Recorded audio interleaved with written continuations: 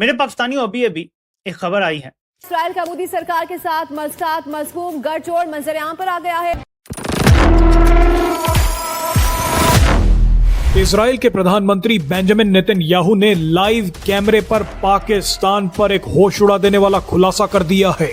ये खुलासा करने के बाद नेतन्याहू ने भारत पर भी बहुत बड़ा बयान दिया है।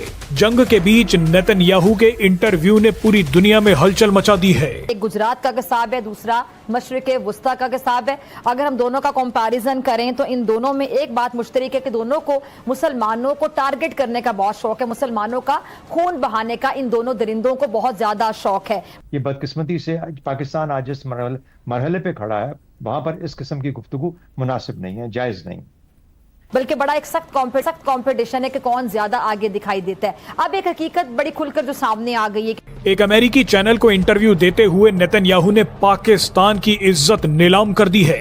इसके बाद नेतन्याहू भारत का नाम लेकर खुशी से भावुक हो गए। नेतन्याहू का ये बयान ऐसे मौके पर आया है जब पहली बार चीन ने खुलासा करते हुए कहा है कि उसने ऑपरेशन सिंदूर के दौरान पाकिस्तान में बैठकर पाकिस्तान को मदद दी थी। यानी ऑपरेशन सिंदूर में भारत एक तरीके से सीधे सीधे चीन से लड़ रहा था। सबसे पहले देखिए कि नेतन्याहू ने भारत पर क्या बयान दिया है, उसके बाद आपको बताएंगे कि कैमरे पर नेतन्याहू ने पाकिस्तान के बारे में ऐसा क्या कह दिया है जिसे सुनकर कई देशों ने माथा पकड़ लिया है। देखिए, भारत का चीफ एडवाइजर जो है वो है इजराइल, और भारत वो कर रहा है जो नेतन्याहू कर रहा है। और नेतन्याहू के अब से पता नहीं 10-12 जहाज आ गए हैं, एक लैंड ब्रिज बन गया है फ्रॉम इजराइल टू इंडिया, हथियार दे रहा है उनको। हमें पता है ये किस किस्म के लोग हैं, मगर अब क्या करें। ठीक कह रहे हैं, इसराइल के जहाज़ों की बात भी आप दुरुस्त फरमा रहे हैं, शिप की तस्वीर भी उन्होंने जारी की हैं, बाज़ाब्ता क्यों लगी हुई है, ये सारी बातें यहां तक ठीक है। लेकिन क्या हलाली साहब आप ये समझते हैं कि अगर इसराइल जो इसका गॉडफादर है वो इसके पीछे खड़ा है, तो चाइना इस वक्त या ईरान हमारे साथ, किन ममालिक को आप देख रहे हैं कि वो हमारे साथ इस वक्त खड़े हैं मुश्किल वक्त में? भारत का नाम लेकर नेतन्याहू ने कहा कि दुनिया में ऐसी कुछ जगह हैं जहां इजराइल को बहुत सम्मान मिलता है। नेतन्याहू ने कहा कि भारत की आबादी 1.4 अरब है। भारत में इजराइल बेहद लोकप्रिय है। हमने कुछ समय पहले पीएम मोदी का बड़े ही स्नेह के साथ स्वागत किया। मैं जब अपनी पत्नी सारा के साथ भारत गया था तो वो मेरे जीवन का सबसे शानदार पल था। इतना बोलने के बाद नेतन्याहू ने पाकिस्तान के राज कैमरे पर खोलने शुरू कर दिए। इसराइल को मुकम्मल मदद कह लें, हिमायत हासिल है।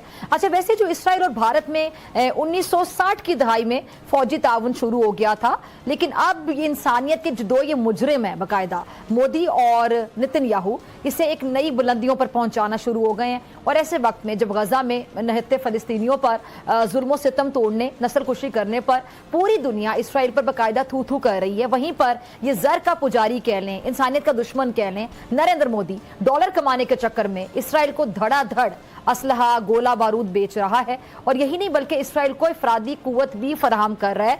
ये अच्छा, भारत ने गुज़िश्ता दहाई के दौरान भी मैं आपको जरा बताऊं कि इसराइल से $2.9 बिलियन मालियत की फौजी साजो सामान दरामद किया था। इसमें जंगी ड्रोन, मिसाइल, रडार और निगरानी का जो निज़ाम है वो शामिल है। और इनमें बहुत से हथियार ऐसे हैं जो मकबूजा कश्मीर में बाकायदा। जी लाली साहब, बस अफसोस से मुझे कहना पड़ता है कि हमारा एक दोस्त जो हर वक्त हमारे साथ खड़ा रहा है, हम उसको इतना इज्जत नहीं दिया जितना हमें देना चाहिए था। और अब अपने डोमेस्टिक पॉलिटिक्स में मैं नहीं जाना चाहता क्यों हुआ क्या हुआ, मगर चीन है एक दोस्त हमारा और हमें कभी नहीं भूलना चाहिए। अगर आप लोग कभी टाइम निकाल के सुने कि चीन 1965 को जब पाकिस्तान के साथ खड़ा रहा, जब उन्होंने इंटरेस्टिंग बात ये नेतन्याहू ने दुनिया को बताया कि पाकिस्तान सोशल मीडिया पर एक ऐसा खेल खेल रहा है जिसके बारे में अभी तक किसी को नहीं पता था। नेतन्याहू ने बताया कि पाकिस्तान हजारों फर्जी अकाउंट बनाकर पहले इजराइल के समर्थन में बातें लिख रहा था, जिससे लोगों को लगे कि ये हजारों लोग इजराइल के समर्थक हैं। लोगों को विश्वास हो जाए कि ट्वीट करने वाले ये लोग इजराइल से बहुत प्यार करते हैं, लेकिन इसके बाद अचानक यही सोशल मीडिया अकाउंट्स इजराइल को गाली देने लगते हैं। लिखते हैं कि हम इजराइल से प्यार तो बहुत करते हैं, लेकिन इजराइल अब बदमाशी कर रहा है। नेतन्याहू ने बताया कि ऐसे फर्जी अकाउंट उन लोगों के मन में इजराइल के प्रति नकारात्मक छवि बनाते हैं जो दुनिया भर में बैठकर खबरें देखते हैं, क्योंकि दुनिया भर में बैठे इन लोगों को लगता है कि जब इजराइल से प्यार करने वाले लोग ही अब इजराइल को गाली दे रहे हैं तो इजराइल ने कुछ ना कुछ गलत तो किया होगा। लेकिन किसी को ये जानकारी नहीं थी कि ऐसे सोशल मीडिया अकाउंट्स फेक हैं और उन्हें पाकिस्तान चला रहा था। नेतन्याहू ने एक बड़ा बयान देते हुए कहा कि पाकिस्तान अमेरिका और इजराइल के बीच दरार डालने की कोशिश कर रहा है। आपको बता दें कि पाकिस्तान ने यही घटिया हरकत ऑपरेशन सिंदूर के दौरान की थी।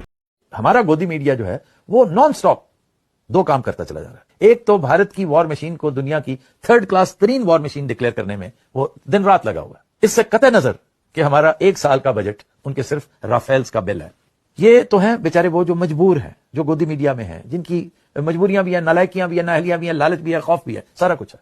या मुशाहिद हुसैन जैसे इंतहाई पढ़े लिखे जीरक और दाना साफियों को, दानिश्वरों को क्या सूझी कि वो भी ऐसी बॉम्बियां मार रहे हैं। मैं तो हैरान हो गया हूं कि शाहजी आपको क्या हो गया। मुझे लगता है आप जावेद चौधरी की कंपनी में बैठने लग गए हैं और बहुत ज्यादा बैठ रहे हैं आजकल, या फिर अता तारड़ के साथ टाइम स्पेंड कर रहे हैं। अता तारड़ भी इस तरह की हरकतें नहीं करता था। वो जो चंद दिन पहले उसने जो मियां साहब के लिबास के बारे में गुफ्तो शनीद की है, he puts Javed Chaudhry to shame. कमाल की बातें की उसने भी। तो सच पूछें तो शाहजी आपकी बातों से भी वही बू आ रही है कि ये जंग नहीं होगी। एक तो कौम यकजा है। कौन सी कौम यकजा है? किस शहर जो हमारे अच्छा, मेरे सवाल का जवाब नहीं आपने दिया। अच्छा, एक मुझे आपकी बात बड़ी अच्छी लगती है, आप सवाल का जवाब नहीं देते, आप उल्टा सवाल कर देते हैं। चीमा साहब मेरी बात सुनिए कि पहलगाम जो है जिस तंजीम ने किया था उसने उसकी रिस्पॉन्सिबिलिटी भी ली थी, नॉट वंस बट ट्वाइस। फिर जब इंटरनेशनल प्रेशर बढ़ा तो फिर उन्होंने पैंतरा बदला कि नहीं नहीं नहीं वो तो जनाब हमारा सिस्टम हैक हो गया था, इस वजह से हो गया, वो हो गया। तो आपको पता है उस चीज का। तो आप देखिए इंटरनेशनल लेवल पे इंटरनेशनल मीडिया ने, इंटरनेशनल ऑर्गेनाइजेशंस ने, किसी ने इसको बायस नहीं किया कि ये जी फॉल्स फ्लैग ऑपरेशन था।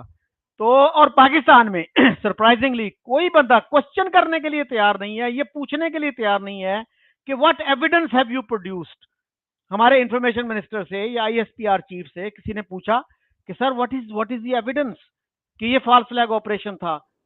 तो इस हद तक तो फ्रीडम होनी चाहिए ना कि क्वेश्चन तो कर लें भाई। मुझे एक बात बताएं जोर साहब, जब पाकिस्तान के वजीर आजम ने काकूल एकेडमी के अंदर खड़े होकर कहा कि आओ इन्वेस्टिगेट कर लेते हैं, तो was not that a good justification कि आओ इन्वेस्टिगेट कर ले? इससे बेहतर और पाकिस्तान का वजीर आजम इंडिया को क्या प्रपोजल देगा? इस सवाल का जवाब देंगे या काउंटर सवाल ही करेंगे? मुझे चीमा साहब पठानकोट में इंडिया ने पाकिस्तानी टीम को मैं कल साहब सुन लेना प्लीज, सुन लेना मेरी बात। मुझे मैंने नहीं अपना चोर साहब, प्रॉब्लम ये है कि आप सवाल का जवाब नहीं देते, आप उल्टा सवाल करते हैं। मैं कहता हूं सवाल का जवाब दें, बी ब्रेव, कोई बहादुरी का मुजाहरा करें। पाकिस्तान के वजीर आजम ने कहा कि मुझे आए इसको करें। आपको लगता नहीं है कि ये एक अच्छी जस्टिफिकेशन थी कि आए चीजों को आगे लेके चलें, आए इसकी एविडेंस दें, आए मिलके, आए कि इंटरनेशनल इंक्वायरी करा लेते हैं? क्या ये अच्छा तरीका था इंडिया के साथ